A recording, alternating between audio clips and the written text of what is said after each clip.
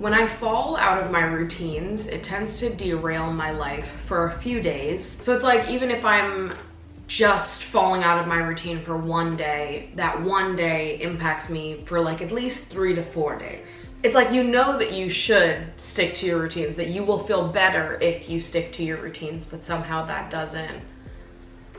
knowledge doesn't always ensure that you do actually stick to them. So if I know that sticking to my routines is so good for me and makes me feel so amazing, then why do I not always stick to them? That's the question that everyone's asking. But the thing is when you're having a bad day, when something upsetting happens, or I'm just in a sour mood, it's easy on the bad day to be like, I don't want to do fucking anything today.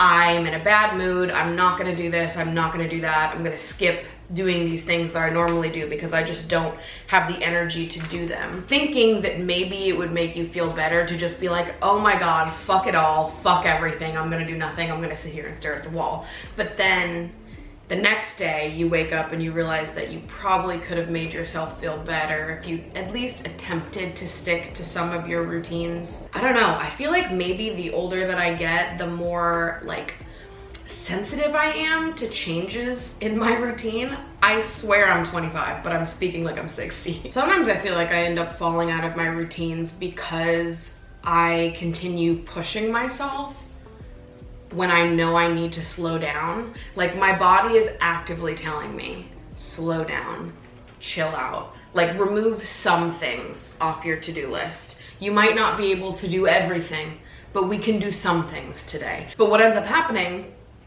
is, like, in order to get all of those things done, I sacrifice my routines.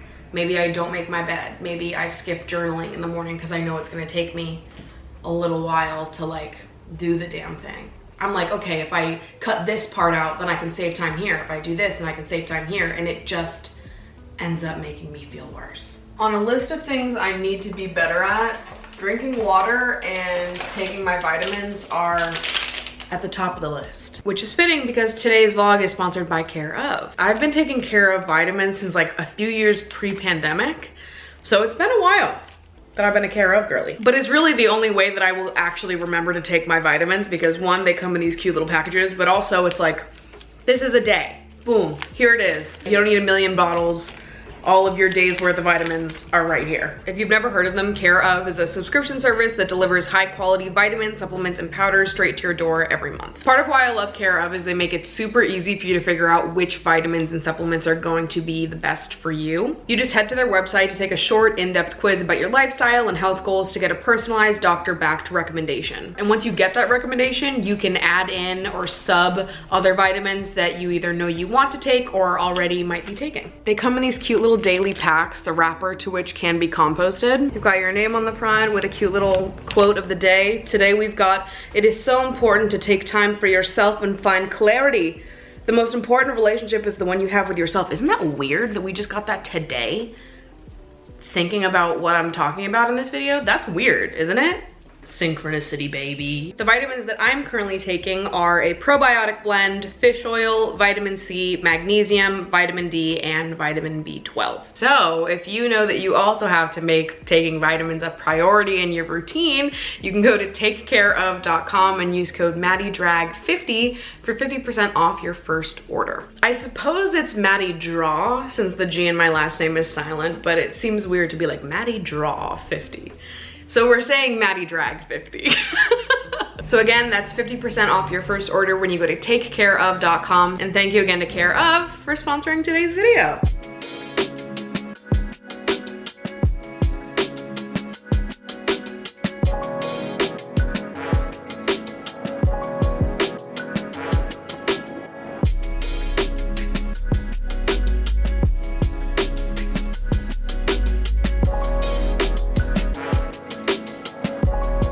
And you know, I so badly want to be someone that just wakes up in the morning and immediately gets to it and doesn't get distracted by my phone, or doesn't, I don't know, just get sucked into doing shit that I don't actually need to be fucking doing. I just so badly want to be that person. And you know what?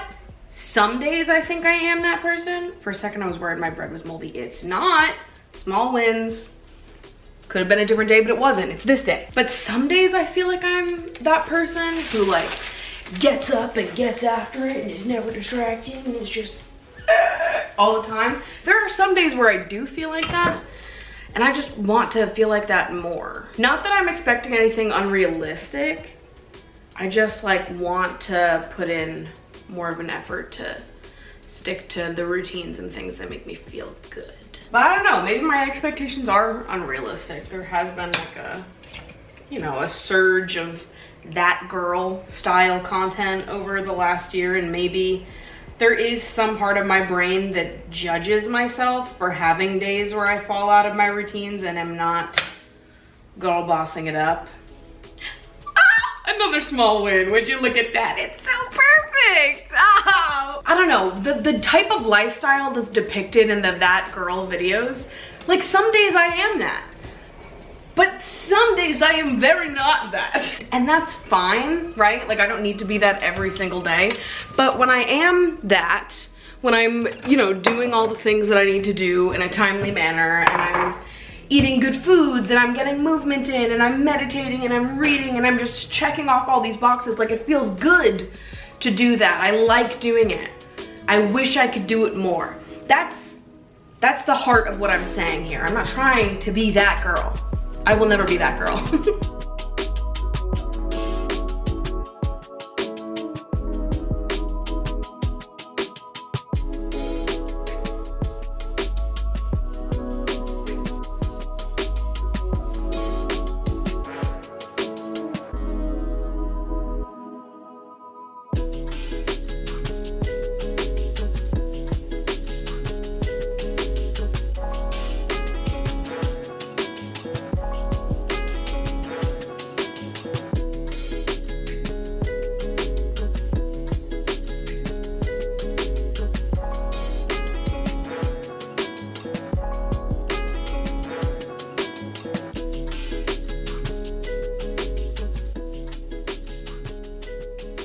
Good morning. I just woke up, took a little shower, and grabbed my camera because I want to start today off on the right foot.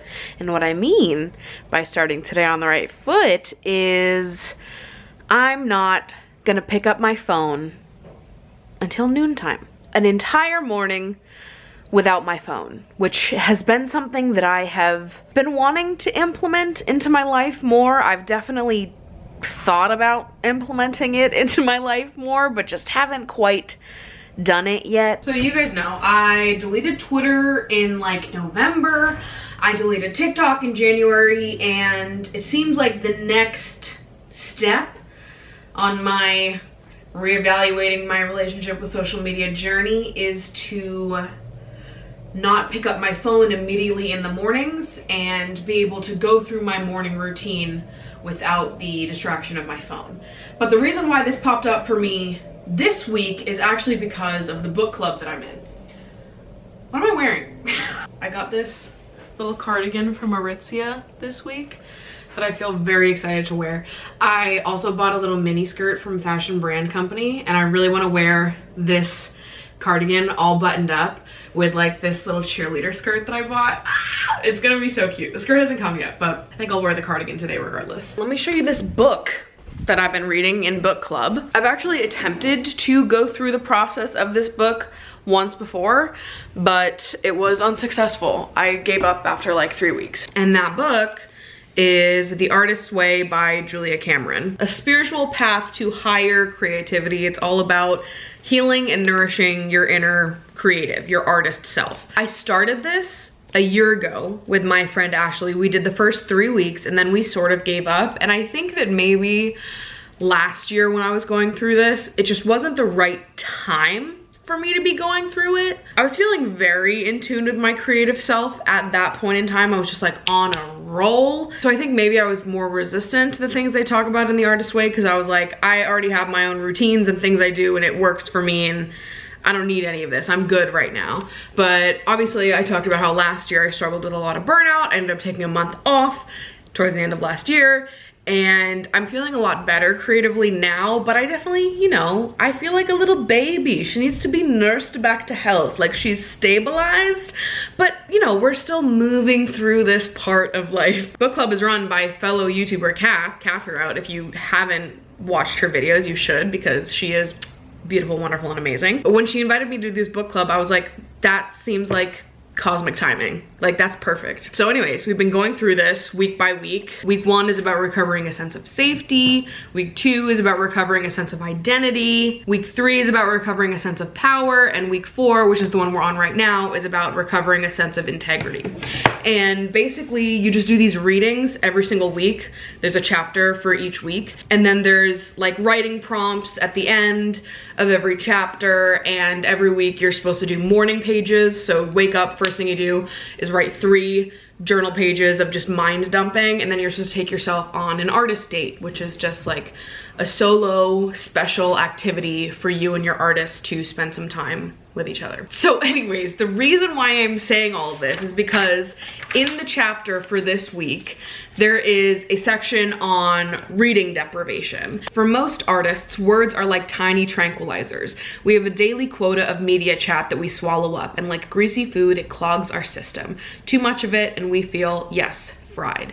It is a paradox that by emptying our lives of distractions, we are actually filling the well. So what she is talking about in this little section of the book is that one of the most amazing things you can do if you're feeling creatively stuck is to do a week of reading deprivation. Translated over to our current times and how plugged in and online we all are, social media, the internet, TV, all of that is definitely mixed in here. So if we were going to apply what she's talking about here to ourselves now, we're gonna have to include a little bit more to really make this work.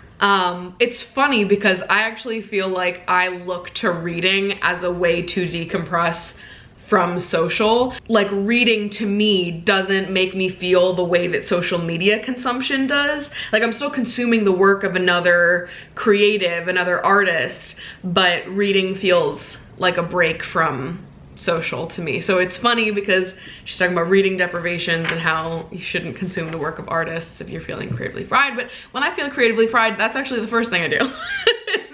Start reading books so that I can take my mind off the internet. Now, obviously this is a little hard because our lives are so deeply intertwined in media in ways that Julia Cameron, when she was writing this book, literally has no idea. You have a big story coming, Julia. But it's interesting because I feel like what she's getting at here is what I have been slowly trying to get at myself over the last few months.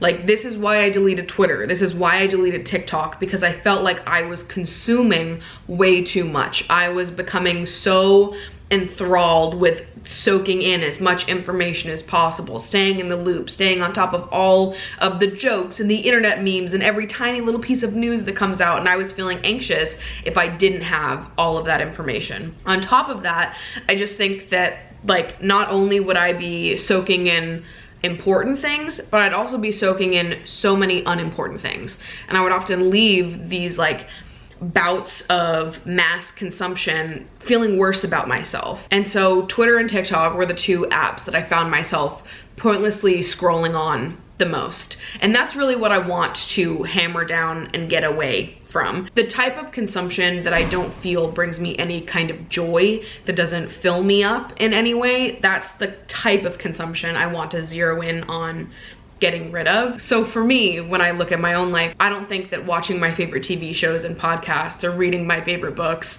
are necessarily doing anything bad to me. In fact, I feel a lot of comfort from those things, and maybe this is just me making up an excuse so that I don't have to go full cold turkey on everything, but I'm like, come on, I talk about Love Island in my podcast. I can't just like not consume for a week. I have things to do. But a type of consumption that I don't feel like adds anything positive to my life or does anything spectacular for me is just like the endless scrolling. It's the Twitters and TikToks of the world. It's the waking up and the first thing I do in the morning, scrolling on Instagram, even though I absolutely don't need to. I think consuming is fun, and consuming a lot of time can help aid in creativity, but I think there's boundaries that need to be set, healthy boundaries that need to be set in the amount we consume as people. So yes, maybe doing a week full of cold turkey, no consuming, no nothing would be a nice wake-up call, but I feel like I've been easing myself into creating better boundaries and building a life that is more about creating and less about consumption very slowly over the last few months. So I wanted to use this as an opportunity to force myself into the next phase, which is no phones in the morning. So am I doing exactly what Julia Cameron wants me to do?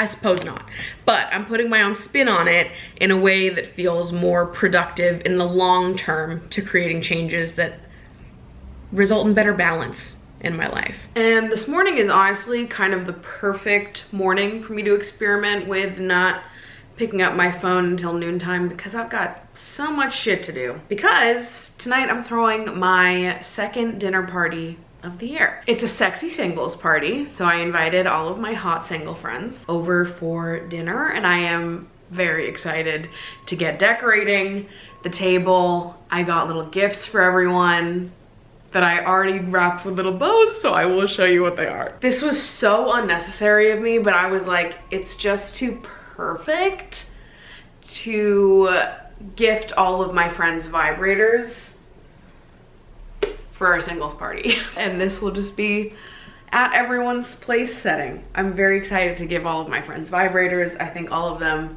deserve more of them. There's just nothing more magical in the whole world than friendship to me. And I'm a hopeless romantic through and through. But when we talk about being hopeless romantics, I think so often people think that that's exclusive to partners, or that you can't experience romance or be romantic with your friends, which is just entirely untrue. I just love my friends so much, obviously, and I think that the deep and intimate connections that I share with my friends have just like changed my entire life and the way I see the world. Will you look at this fucking ham over here? You are so goddamn cute. I love you. And I love Valentine's Day. I love February. I think it's so sweet to have like a lover's holiday. But what I don't love is the idea that like it's reserved for people in relationships. But I think that everyone should celebrate Valentine's Day, and it should just be a day of showing the people you love that you love them. Yes, I'm so excited for when I meet the right person for me, but like in the meantime, I've got so many other kinds of love in my life to celebrate, and I think it'd be really foolish to not pay attention to that. Including love from this little girl, my honey baby. You know, isn't it so crazy that some people have the audacity, nerve, and gall to say that cats don't love their humans, or that cats aren't loving? Like, look at her. Are you kidding?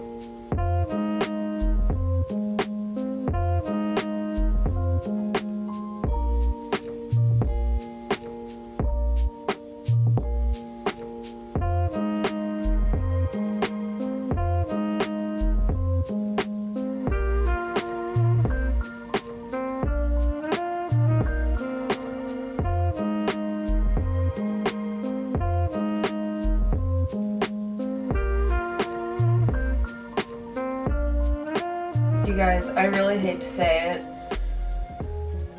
but I do think that the don't touch your phone in the morning people were right about something. I want to keep experimenting with it, trying to not pick up my phone until noontime, have mornings be like totally off limits online, and I'm not going to be perfect about it to start, absolutely not, but this feels like a a good next step for me. It just feels so much better. It makes you feel so much more fulfilled. Like you have your shit more together when you really nourish your offline life. Anyways, that's it for today's vlog. If you like spending time with me, you want to spend some more time with me, I do have a podcast called Emotionally Online Pod that's available on all streaming services, and there is a video version of the podcast on YouTube as well. You can follow me on Instagram at Maddie Dragsbaek, and that's just about all the places that you can find me these days. So with that, I am going to have a good morning off of my phone, and I will see you guys in my next video. Bye.